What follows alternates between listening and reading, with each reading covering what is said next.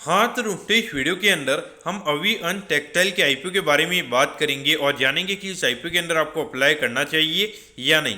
चलिए शुरू करते हैं। तो देखिए सबसे पहले हम ये जानेंगे कि ये कंपनी क्या काम करती है, क्योंकि जो कंपनी 2005 में ये कंपनी स्टार्ट हुई, यानी कि ऑलमोस्ट अगर हम देखेंगे तो 17 से 18 साल ये कंपनी को स्टार्ट हुए हो चुकी है। क्योंकि जो कंपनी कॉटन यानी ये कंपनी हमें बनाती हुई नजर आती है और जिसको यहाँ पे इंडिया में भी ये कंपनी में सेल करती हुई नजर आती है और उसके अलावा ग्लोबली यानी कि ये कंपनी हमें एक्सपोर्ट भी करती हुई नजर आती है। अगर हम यहाँ पे कंपनी की अगर हम टोटल कैपेसिटी की अगर हम बात करेंगे, लगभग 26,000 स्पिंडल्स की कैपेसिटी हमें यहाँ पे कंपनी की नजर आती है और लगभग ईयरली अगर हम कैपेसिटी की अगर हम बात करेंगे तो 4,500 मेट्रिक टन की यहाँ पे जो कॉटन यान है वो ये कंपनी एनुअली यहाँ पे बनाती हुई नजर आ सकती है। यानी कि लगभग इतनी टोटल कैपेसिटी हमें यहाँ पे एनुअली कंपनी की नजर आती है। अगर हम करेंटली अगर हम कंपनी के एम्प्लॉइज की अगर हम बात करेंगे तो अराउंड 281 एम्प्लॉइज यहाँ पे कंपनी के अंदर में काम करते हुए नजर आते हैं। तो देखिए एक तरीके से टेक्सटाइल कंपनी है, यहाँ पे कहीं ना कहीं मेनली यहाँ पे जो ऑपरेशन वाला जो वर्कफोर्स होता है वो यहाँ पे नहीं रहेगा, जो मेनली जो लेबर वाला वर्कफोर्स होता है वो यहाँ पे मेनली हमें यहाँ पे कंपनी के वर्कफोर्स में यहाँ पे नजर आता है। अब अगर हम यहाँ पे कंपनी के ऑब्जेक्टिव की अगर हम बात करेंगे तो कंपनी का कोई ऑब्जेक्टिव में यहाँ पे ज़्यादा कोई खास यहाँ पे ऑब्जेक्टिव कंपनी का नजर नहीं आता है। वर्किंग कैपिटल की रिक्वायरमेंट से रिगार्डिंग यहाँ पे कंपनी का आईपी में आता हुआ नजर आ रहा है। और बाकी अगर हम देखेंगे तो कुछ टर्म लोन यहाँ पे कंपनी के हैं, उसको यहाँ पे कंपनी को रीपे करना है, तो उसी के रिगार्डिंग यहाँ पे ये कंपनी का आईपीओ में आता हुआ नजर आ रहा है।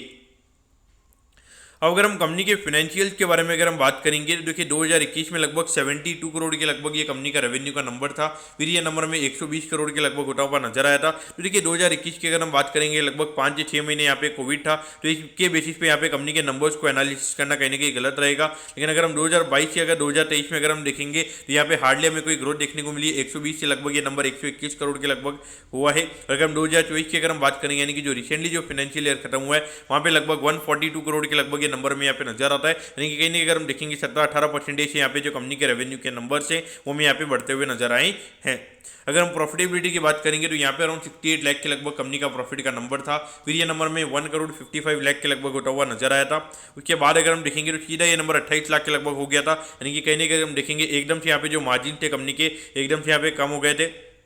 फिर उसके बाद अगर हम बात करेंगे रिसेंटली जो फाइनेंशियल ईयर खत्म हुआ है वहाँ पे लगभग 3 करोड़ 31 लाख के लगभग का प्रॉफिट का नंबर हमें यहाँ पे कंपनी का नजर आता है। यानी कि एकदम से अगर हम देखेंगे लगभग 2.5% के लगभग नेट प्रॉफिट का मार्जिन हमें यहाँ पे कंपनी का नजर आता है। तो कहीं ना कहीं देखा जाए तो ग्रोथ के नंबर्स की अगर हम बात करेंगे तो यहाँ पे ग्रोथ इतनी कोई ज़्यादा खास हमें नजर नहीं आती है। और उसके अलावा अगर हम अभी यहाँ पे कंपनी के ऑब्जेक्टिव की अगर हम बात करेंगे तो वहाँ पे कोई केपेक्स एक्स्ट्रा केपेक्स यहाँ पे कंपनी की तरफ से होने वाला नहीं है। यानी कि एक्स्ट्रा ग्रोथ हमें यहाँ पे कैसे आती हुई नजर आएगी। हाँ, एक बार के लिए जो कंपनी की प्रॉफिटेबिलिटी वो हमें यहाँ पे बढ़ती हुई नजर आ सकती है, क्योंकि अभी ये लोन रीपेमेंट अगर कंपनी करेगी तो आने वाले टाइम पे इंटरेस्ट कॉस्ट कंपनी का बच जाएगा, तो उससे कहीं ना कहीं एक बार के लिए जो प्रॉफिटेबिलिटी है कंपनी की वो हमें यहाँ पे इंप्रूव होती हुई नजर आ सकती है।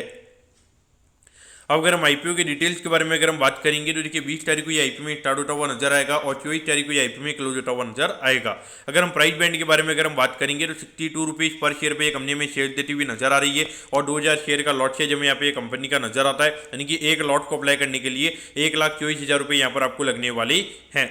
अगर हम इश्यू साइज की अगर हम बात करेंगे लगभग 26 करोड़ के लगभग का आईपीओ का इश्यू साइज हमें यहाँ पे नजर आता है, जिसमें से 50% के लगभग का रिटेल कोटा है। यानी कि लगभग 13 करोड़ के लगभग का रिटेल कोटा हमें यहाँ पे कंपनी का नजर आता है। और ये जो कंपनी है कंपनी में एनएससी के सिम प्लेटफॉर्म पे ये कंपनी में लिस्ट होती हुई नजर आएगी। अब अगर हम टाइम टेबल के बारे में अगर हम बात करेंगे तो देखिए 25 तारीख को आपको पता चल जाएगा कि आपको अलॉटमेंट मिला है। अगर अलॉटमेंट नहीं मिलता है तो 26 तारीख को रिफंड मिल जाएगा। 26 तारीख को आपके डीमेट अकाउंट में शेयर आ जाएंगे अगर आपको अलॉटमेंट मिलता है। और 27 तारीख को ये कंपनी में लिस्ट होती हुई नजर आएगी।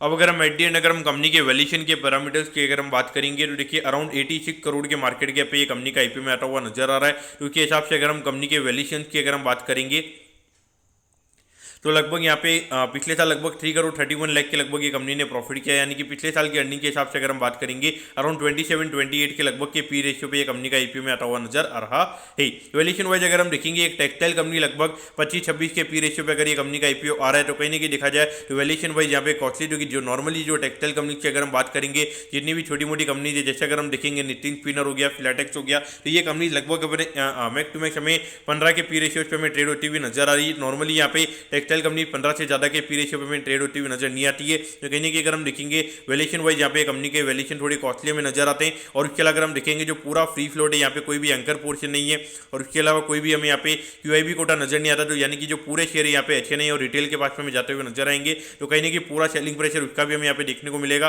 तो मेरा पर्टिकुलरली व्यू यहाँ पर यही बनेगा कि अगर मार्केट अच्छा रहता है तो 5 से 10% के प्रीमियम पे ये कंपनी हमें खुलती हुई नजर आ सकती है। अगर मार्केट अच्छा नहीं रहता तो लगभग 5 से 10% के डिस्काउंट पे हमें यहाँ पे लिस्टिंग देखने को मिल सकती है। अब यहाँ पर आपको क्या करना चाहिए, तो देखिए मुझे ये लगता है कि अगर आप बिल्कुल भी 5% का लॉस अगर आप यहाँ पे नहीं ले सकते हो, बिल्कुल भी आपको लॉस पसंद नहीं है, तो आपको यहाँ पे टोटली अवॉइड करना चाहिए। अगर आप 5% का रिस्क अगर आप ले सकते हो मेरे ख्याल से आप यहाँ पर अप्लाई कर सकते हो। तो दोस्तों मैं होप करता हूँ कि यहाँ पर आपको अभी अन टेक्सटाइल के IPO के बारे में आपको सब कुछ समझ में आ गया होगा। अगर आपकी कोई भी क्वेरीज है आप कमेंट कीजिए, मैं जरूर आपके कमेंट पर रिप्लाई करूंगा। ओके दोस्तों, thank you, have a nice day.